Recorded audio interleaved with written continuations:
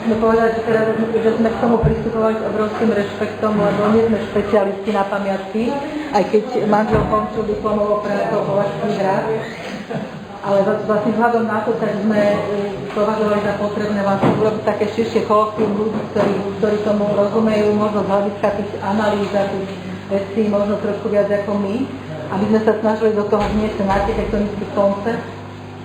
Môžem povedať, že na začiatku bolo veľké nadšenie, kde sme teda videli veľkú realizáciu v Čechách hrad Helfstein, ktorý teda Art Daily vyhodnotil ako veľmi významnú stavbu Česku, ale myslím, že pamiatkový úrad nie je veľmi nadšený tou realizáciou. Ale sme rozdelení. No, takže ako, to bol pre nás taká nejaký veľký vzor, ale jak sa hovorí, že to bolo takéto architektonické nadšenie a potom prišlo to projektové vytriezvenie, keď sme prišli teda na ten hrad a teraz čo s tým. Ale našťastie naozaj sme vlastne našli veľký tím odborníkov od začatím pána riaditeľa múzea, ktorý nám pošepol, že je tu pán Hrčka, že je tu pani Oporovsková a naozaj aj z kraja, ešte tam bola pani Beránová. I Beránová za investične, čiže my sme vlastne robili také spanilé výjazdy na Lichavu pomaly z celého Slovenska, ale my sme z Prešova, kde sme vlastne trávili celý deň tým, že sme ohľadali hrad a špekulovali sme, čo s tým a čo sa vlastne dá zachrániť, čo chceme dosiahnuť a čo sa vlastne dá spraviť.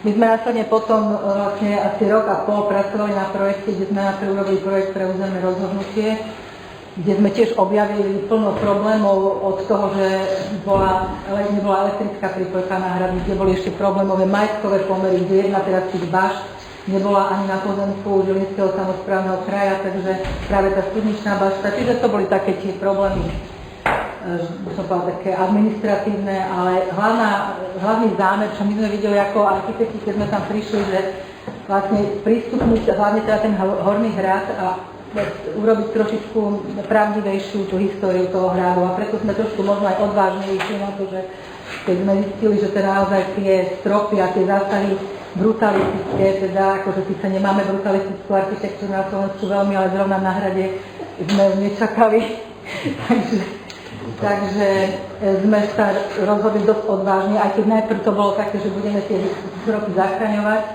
ale nakoniec keď vlastne statici, a teda renomovaní statici, ktorí sa naozaj venujú s pamiatkám, zhodnotili tie stropy, že naozaj sotva nie sú sami, ešte sú prehnuté a my teraz budeme za veľkých peňazí zachraňovať, podopierať a robiť nejaké fejkové oplaštenia, že to naozaj asi nie je celkom to, čo očakávame, takže sme na základe veľkých diskuzí teda sa rozhodli do takej odvážnejšej obnovy toho Severného paláca.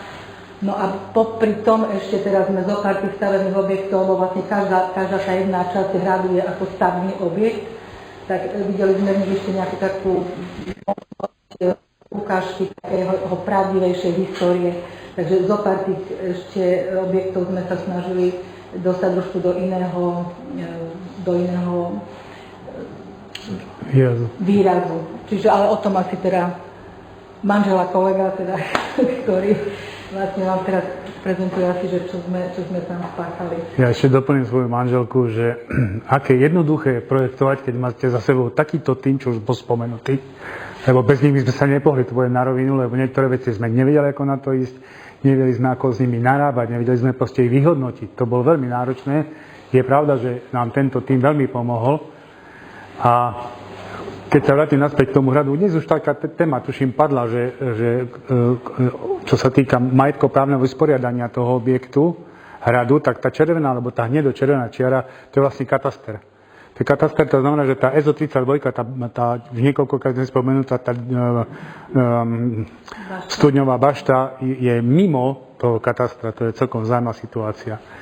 A my sme si vybrali z tých na tú ukážku, tých stavebných objektov, na to, čo chceme na ukážku, tak sme vybrali, tuším, 3. To znamená EZO-14, už nebola niekoľkokrát nespomenutá. To je ten severný palác, ktorý proste bol takou, by som povedal, alfou omegou celej tej rekonštrukcie. Tu je naznačený pôvodný stav konštrukcií. tie betóny, to bola jedna katastrofa. Poviem popravde, na samom začiatku sme nevedeli, čo s nimi. Sme mysleli, že či ich neponecháme. Dokonca sme aj začali robiť tým spôsobom, že ich necháme tam, kde sú a nebudeme ich vôbec atakovať. Potom po dlhých debatách došlo situácie také, že sme sa rozhodli ich dať preč. Aj po dôkladnom statickom. Aj po statickom, lebo je pravda, že boli nerovnaké hrúbky. Niektorí sa spali doslova ako taká bubnová membrána, že keď sa na ní dupli, to proste to prejovalo, to nefungovalo, hej. My sme nevedeli, akom štádiu je to armovanie a tak ďalej, takže sme sa nakoniec dohodli, i keď je pravda, že sa to strašne dlho ťahalo, že čo s tým ďalej, či sa to odstráni, neodstráni sa. Už sme boli nastavení na to, že sa neodstráni, potom sme boli nastavení, že sa odstráni. Potom sme mali riešenie také, že ich vyvesíme, hej, len to vyvesenie to by bolo tak náročné a aj z ďalšieho hľadiska, tam by sa musel dodať toľko ocele, že by to bolo ďalšie priťaženie toho objektu a to sme po dlhých debatách mali ako vylúčené, že takto nie. Tak sme sa nakoniec rozhodli v spolupráci s metodikmi aj s pamätkármi nahradiť tú konštrukciu drevenou konštrukciou tak, že by sme do tých existujúcich predpokladaných existujúcich káps, ktorí boli tie konštrukcie drevené zaustené, že do nich by sme boli dávali tie drevené hrady. Lenže, a dnes to tuším, že bolo spomenuté, my sme si pri tom nápade neuvedomili to, že dajme tomu ešte v tom pozdĺžnom smere, možno by to bolo možné, ale v tom prečnom smere to by sme museli potom preburovať múrivo tak, aby sme dokázali zasunúť tú hradu do kapsy a potom ju vysunúť tak, aby sme zaplnili obidve kapsy takým spôsobom. To bol jeden taký, taký problém, s ktorým sme si trošku lámali hlavu, že ako na to teda ísť. Jedna z vecí bola to, potom bolo to, že pri tom odstránení tých betónových konštrukcií by bolo nutné vybíjať každú jednu tú kapsu toho zhlavia bývalého trámu, čo bolo neskutočne náročné aj fyzicky, ale aj ekonomicky takto robiť. Takže nakoniec, a ďalšia vec ešte bola to, že sme sa obávali toho, že pozdĺž tej šikmej, kde sa to svieti? Ktorým sa to svieti? Aha, tak. Že v tých horných polohách týchto tu, že by mohlo dojsť zamoknutiu tých zhlaví. Tak po dlhých debatách so statikom sme vymysleli systém taký, že by sme vymysleli kotvenie takých závesných prvkov, ktoré by boli kotvené na múrivo a zároveň do nich by boli kotvené trámy. Také niečo, taký ako keby zámok. Nemám to tu už. Taký zámok, na ten zámok by sa namontoval ten trám a tento druhý zámok by sa prichytil k hradovnému múrivu. Takže vznikol taký zámok, na ten by sme zavesili ten trám a vedľa seba v tom istom delení, ako to teraz je, by sa urobila náhrada toho dreveného trámu, dreveného stropu, náhradu betónového stropu tým novým dreveným stropom. To, čo pýtali, že tá situácia je taká, tam ten prechod, o toto šlo tu, že vyzeralo tak, že tá výška, ktorú ste sa vypýtali, táto tu výška nad tým posledným podlaží, tam je ten krb, že to proste je nízke. Podľa tých umiestnenia tých zhlaví, tých dier, vychádza to, že tu boli nejaké schodíky a vystupovalo sa do tej miestnosti, že zrejme tá výška bola len málo odlišná od tej, čo sme navrhli teraz my. V spodnej časti, úplne na samom spodku, je ponechaný ten strop betónový, zatiaľ je ponechaný. Tak, že sa proste možným riešením by bolo to, že by sa tam, keď zoberiem naspäť ten priečný rez, že by sa tá klemba doplnila, takže ponecháme ten betónový strop a tá klemba sa doplní ku tomu betónovému stropu, tým pádom vlastne ostane tá pôvodná úroveň, táto ostane tak, ako bola. Je to ešte na zváženie, je aj na zváženie to, či proste budeme sa venovať fakt domurovaniu tej klemby, je to obrovská masa materiálu a tak ďalej, či to nebudeme nejakým spôsobom iným ešte riešiť, ale zatiaľ sme to ešte neuzatvorili. Takže náhrada betónových stropov, veľký problém. musím povedať, že zatiaľ to chlapci z obnovy zvládajú skvelé, tu ich musím pochváliť, ja som na poslednom kontrolnom dni tam bol pozrieť a myslím si, že sa s tým veľmi pekne vysporiadali. Takže dúfajme, že to dopadne dobre. Čo je jedna z takých zásadných vecí? My sme sa snažili pri tom celom riešení neatakovať ten objekt tak, aby boli tam viditeľné zmeny z hľadiska exteriéru. Z hľadiska novotvarov. Novotvarov. Nechceli sme tam dávať žiadny betón, všetky sme chceli prvky dávať reverzibilné, to znamená, že boli demontovateľné a tak ďalej. Ja keď sa vrátim na samý začiatok tej situácie, vložili sme tam schodisko, ktoré je vlastne mierne schované v takom ako keby tom historickom zálivčeku. Potom máme ďalšie prístupové schodisko v bašte, ktoré je v tejto časti. To znamená, že my z vonkajšej strany vidíme stále len tú historickú kulisu, ktorá nie je atakovaná žiadnymi prístavbami, žiadnymi novotvarmi, maximálne nejakými schodiskami, ktoré sú v tejto polohe, ale už sme to nevedeli iným spôsobom akože zrealizovať. Takže snaha bola urobiť z tej ruínu, romantickú ruínu tak, bez toho, aby boli minimalizované vnemy nových konštrukcií. Takže aj preto to umiestnenie toho schodiska v tej časti, ak som naznačil, tejto krajiny. Počkajte, takto, hej. To vertikálne schodisko, do ktorého sa dostávame vlastne z úrovne tejto, na túto úroveň ideme z nádvoria ideme schodiskom tu sa dostávame na to prvé nadzemné podlažie, v našom prípade vlastne dvojka, a kruhovým schodiskom s jednou centrálnou rúrou sa dostávame do jednotlivých podlaží. Dokonca sme si dovolili urobiť i to, že do tej finálnej polohe sme urobili ako keby vyhliadku, ale tá zase nevytrča nad hranu toho nechcem nazvať to atikové muriva, ale nevytrča to nad hranu toho muriva, ktoré ostane zachované. Na všetkých rovných plochách, ktoré sme zastrešovali, aj v tomto prípade, sme sa snažili urobiť čo najjednoduchšiu konštrukciu. Boli by sme veľmi radi, keby sa podarilo to zrealizovať tak, že tam budú zelené strechy, ktoré budú, v tomto prípade nie na tých spodných úrovniach bude vnímané aj na tej hruňadieho veži, aj na hranovej veži budú vnímané tie strešné konštrukcie tak, že tu budú zelené plochy. Tady konkrétne v tom paláci máte tú sochu ako rovnú. No, ona je v miernom sklone, ale je rovná v podstate, hej. Myslíte toto? Nie. To je zelená strecha. Je fólia a zelená strecha. Tie okrajové polohy sú zasypané štrkom a celé bude akože zelená strecha, ktorá proste bude pôsobiť, myslím, že porado celkom fajn. Išlo o to, aby vlastne z toho horného pohľadu boli vnímané tie ruiny tak, lebo keď sme tam dali nejakú inú krytinu, ona by vlastne pretlačila ten pohľad. Nechceli sme pretlačať. Vlastne aj z toho horného pohľadu vyzeralo stále ako tá ruína. A tá výškovie vlastne je najvyšší bod. Tady z toho, jak máte to schodiště vyústění, tak odtamtud se dá podívat do toho. Áno, tam je, to je najvyšší. To bude najvyšší bod. Áno, najvyšší bod. Najvyšší bod na hrade, ale zase nechceli sme pretrčať cez tú finálnu úroveň toho muriva, takže sme to urobiť nižšie. Áno, presne, kvôli tomu, že stále ten... Tak, aby sa nepozerala proste na nejakú plechovú strechu. Čo je ešte dôležité, tak vlastne tento objekt dostane aj normálne elektrifikáciu, osvetlenie teda, čiže bude z neho expozičný priestor. Takže toto je taký veľký prínos, čo veríme, že sa teda podarí.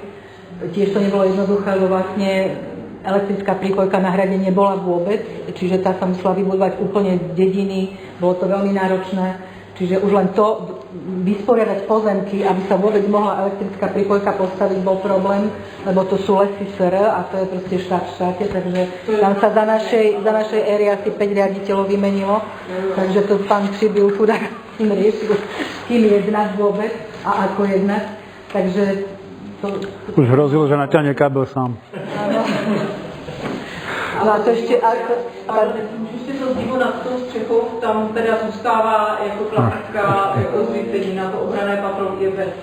Toto myslíte, áno. To je ten systém, ktorý teda sme tú informáciu dostali, že teda to zastrešenie tou nejakou ruinálnou podobou tej atiky a s tým vlastne zeleným povrchom je to, čo vlastne sa používa na celom hrade. Takže to asi zrejme, neviem, máte to vlastne Ono bolo aj pôvodná trajka, išla potiaľ, nešla vlastne až na tú. A týka aj kryla vlastne to. Áno, áno. Áno, ale po 8. to bolo cestu od križáky. A súčasná koruna, ktorá je rovná zarovnaná, sa vlastne rozhodí, aby viac korešpondovala vlastne s tými automatickými. Nedvíjame to vyššie, skôr uberáme. Tak. Hej, my sme boli vystrihaní tým Helštínom, že nie, že si dovolíte také, že ako na Helštíne, že urobíte rovné tieto. My samozrejme naše ambície architektonické sme si povedali, a prečo nie, no ale potom sme boli usmernení spôsobom veľmi, myslím, príjemným, že tak toto nerobte a my sme to potom aj postupne prijali, samozrejme. Asi tak. Takže toto je ten priečný rez, to je taký rozhodujúci v tom objekte. Tu sú jednotlivé podlažia, to len tak prebehnem. Tiež sme hľadali formu toho schodiska, lebo v podstate to ani nie je bašta, to je súčasť. To je trak paláca. Tak, palác, áno, ale... Nebol s tými stropmi, čiže bol od začiatku, kedy sme začali robiť vlastne voľný, takže do neho sme vložili to schodisko. Čiže není vnímaný do žiadnej polohy inej, len až keď tam ten návštevník, on vlastne príde z nádvoria do prvého podlažia a potom vlastne sa dostane do toho schodiska. Lebo to schodisko pôvodne bolo vlastne na tej časti toho východného paláca, na tej stene, ako keby exteriérové, čiže nejaké paláce. To predpokladá sa, že to tam bolo. Že tam bolo. No, takže jednotlivé podlažia. A nejaký pohled na ty artíže, jak to okruguje, na tú stranu, že tam som videla v tom podlaží, tam máte pojití těch artížů. Toto myslíte? No to sme to, ale to už bolo tu dneska prezentované. Ešte neprebieha, nie. S tými ľavými archívmi prebieha ten výťah teraz a vstupuje sa do objektu. Ja som myslela, jak to má do budúcna vypadať. Ale to už bolo tu dnes prezentované, myslím, že...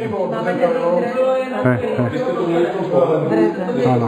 Nie, v reze to nemáš. Asi nemáme tento pohľad. Z rezu len trošku. No, toto myslíte aj toto, hej. No, to je ono. Hej. Oni aj tam mierali tie obrovské, že otvory, tak my sme prijali tú teóriu, že na základe analógií sa to uzavre.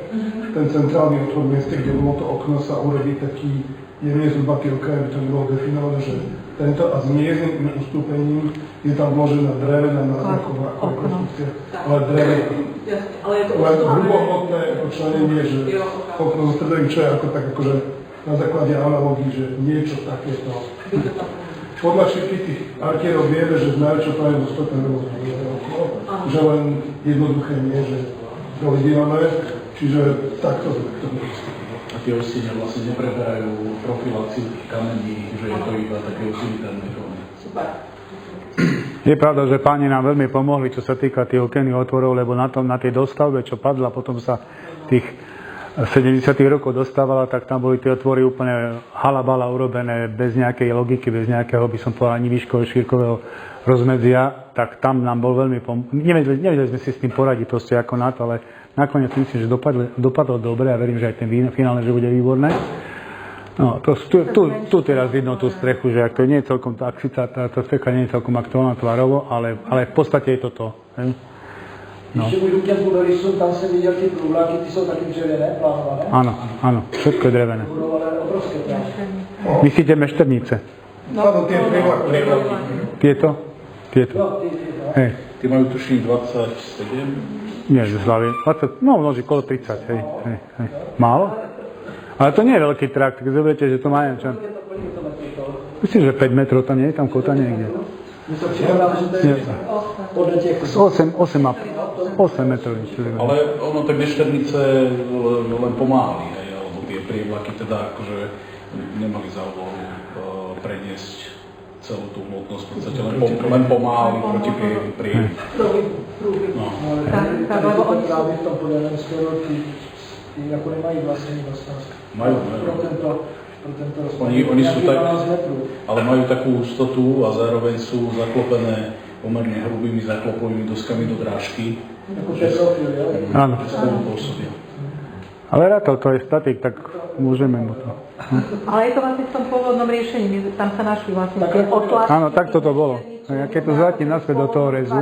To nie je novotvar, to je pôvodný tvar, tam sa našli. Tu sú tie mešterničky nad tým kozúvom, keď zoberiete takto. To je taká bežná typológia stropu s pozdĺžným záklopom. Ale zase treba povedať, že na mešťanských domoch pri tých stavách často to býva aj pod opreté stĺpom, čo sme my tu proste akože nevedeli. No, takže to je ten palác A severný. EZO 14, severný, to sú ešte nejaké detaily toho schodiska. Dostaneme tomu potom takú náplň ako v Biloviciach. Tam budeme. Ešte ku tomu materiálu, to je tá predrdzavená oceľ. To tvarovanie tých prvkov je taký mierne preveľnené, aby proste nebolo to taká čistý kus plechu, teda tie segmenty, ako tu sú naznačené rozmerové.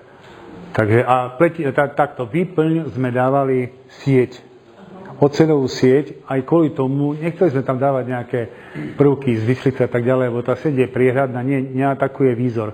Hej. Cez ňu vidíte a nevytvára tam taký rámec toho delenia, toho schodiska. Také subtilné. Že toto bola taká nejaká ďalšia úloha, že vlastne dnes je k tej Huňaďuho veži vlastne urobené to schodisko z boku. Bolo to v nejakých obrázku. Teraz je ešte schodisko, s ktorým sme dosť bojovali, že sa nepozdala jeho poloha. My sme skôr zvolili to, a to je EZ-18, ktorú vám chceme ešte ukázať. Riešili, že vlastne aký bol pohyb na tom hrade, či teda obranných, nejakých obrancov, alebo proste, tak vlastne my sme sa vrátili ako keby v nejakej predpokladanom spôsobe prepojenia tej Huňaďuho veže, ktorá určite nebola takto, že z nádvoria, ale bola vlastne z tej hornej úrovne hradu, a to sme sa vlastne teraz snažili dostať do obnovy, čiže toto je taká tiež väčší zásah do tej obnovy. My sme to schodisko, čo tu bolo umiestnené, čo bolo umiestnené tu, my sme ho zrušili a myslíme si, že pohyb by mal byť skôr takto. A my teraz prechádzame pod zaklenutou chodbou, prechádzame do tej Huňaďuho veže. Nám chýbala táto väzba, takáto nám chýbala, a chýbala nám aj v tejto situácii, aj tej hornej teda, to ešte ukážeme. Takže sme si mysleli, že by to mohlo byť lepšie to schodisko tu dať preč, zakryť tú klenbou, ten podchod do toho ďalšieho nádvoria. A ten pohyb sme chceli urobiť nie takto, ako bol takto, ale že urobíme takto. Hej. Tým pádom sa nám uvoľní tá situácia trošičku, budeme mať prechod jednoduchší, ako bol predtým. Tu by vznikla vyhliadka aj smerom do toho vnútorného nádvoria. Hej, takže volili sme tento spôsob, zdá sa nám ako priechodnejšie, ako to, čo pôvodne bolo uvažované.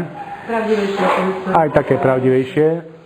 Už dnes to bolo spomenuté, ten stredný prvok, čo je tu, je ťažko definovateľný, momentálne nevieme, alebo sa nevie, čo to vlastne bolo, ako to bolo, alebo sa len domnievame, takže sme ho nechali ako v polohe takého torza subjektu, ktorý proste môže byť vnímaný aj dotykom a tak ďalej, takže no a teraz nad tým, no a tu je to preklenutie vlastne tej podchodnej situácie, že áno, my vchádzame, teda ideme takto, vraciame sa naspäť popred ten hradobný múr, vraciame sa naspäť a tu v tejto situácii vchádzame do tej Huňaďuho veže, nie tak, ako to bolo pôvodne cez to schodisko. A vľavo hore je vlastne ten detail tej úpravy, ktorú spomínal Michal Šinkovič o tej úpravy vlastne toho ukončenia. My sme si dovolili tú situáciu tak urobiť, pretože mali sme nejaké fotky ešte z toho stavu takého, že nie celkom deštruované. Sú tie konzoly, ostali tam, tuším, 3 alebo 4 ostali zachované. Tak sme si dovolili to, že urobíme z toho repliku, aj v druhom pohľade to vidno takisto, že je to tak, že z toho urobíme repliku a budeme mať to ako takú vyhliadku zase do toho prvého nádvoria, do druhého nádvoria, proste tak. Snažili sme sa to trošku aj tak turisticky oživiť, aby to nebolo len skaly, ja neviem, nejaké ruiny, ale aby ten človek, ktorý tam príde, mal pocit, že čo si aj vidím a zažijem aj ten pohyb, ktorý eventuálne tam mohol byť, nehovorím, že musel, ale mohol aj ten pohyb tam byť, takže aby sa im to priblížilo aj týmto spôsobom teda. A to materiálové to zábradlí, to je čiže sklo, nebo čo tam? Nie, to som vravel, to je tá sieťovina. Vidíte vlastne, tu je to trošku prehnané samozrejme, ale ten profily sú tenučké, tie oceľové profily sú tenučké a na nich natiahnutá tá sieťovina. Takže vlastne vy vidíte len jemnú linku toho obrysu. Hej, že nie je to vnímané ako... Nechceli sme to robiť nejakým takýmto treba sdelením alebo nejakým podobným. Zdá sa nám toto ďaleko ako lepšie a máme to už aj vyskúšané na inej stavbe, ale nielen to, my sme to tam museli, lebo bezpečnosť hovoriť o niečom, my musíme mať nejakú zábranu, nemôže byť len madielko a tak ďalej, takže preto sme to volili takto, že to je sieťovina, ktorá nie je vnímaná takýmto spôsobom. Tie veci, čo sa týka tých zaklenutí medzi jednotlivými prvkami tých konzol. To je cihla, nebo to je kameň? To je kameň, všetko je kameň. Hej. Tu už sú nejaké... Všetko, hej, boli už aj predstavené, myslím, že veľmi pekne sa podarili. Oni sú skoro všetky, väčšinou sú zachované tie nožné časti v múre. A nikdy došlo k odlomeniu tej vonkajšej časti, ale to samotné telo sa v hmote väčšinou je. Hej. No, takže toto je pohľad vlastne z prvého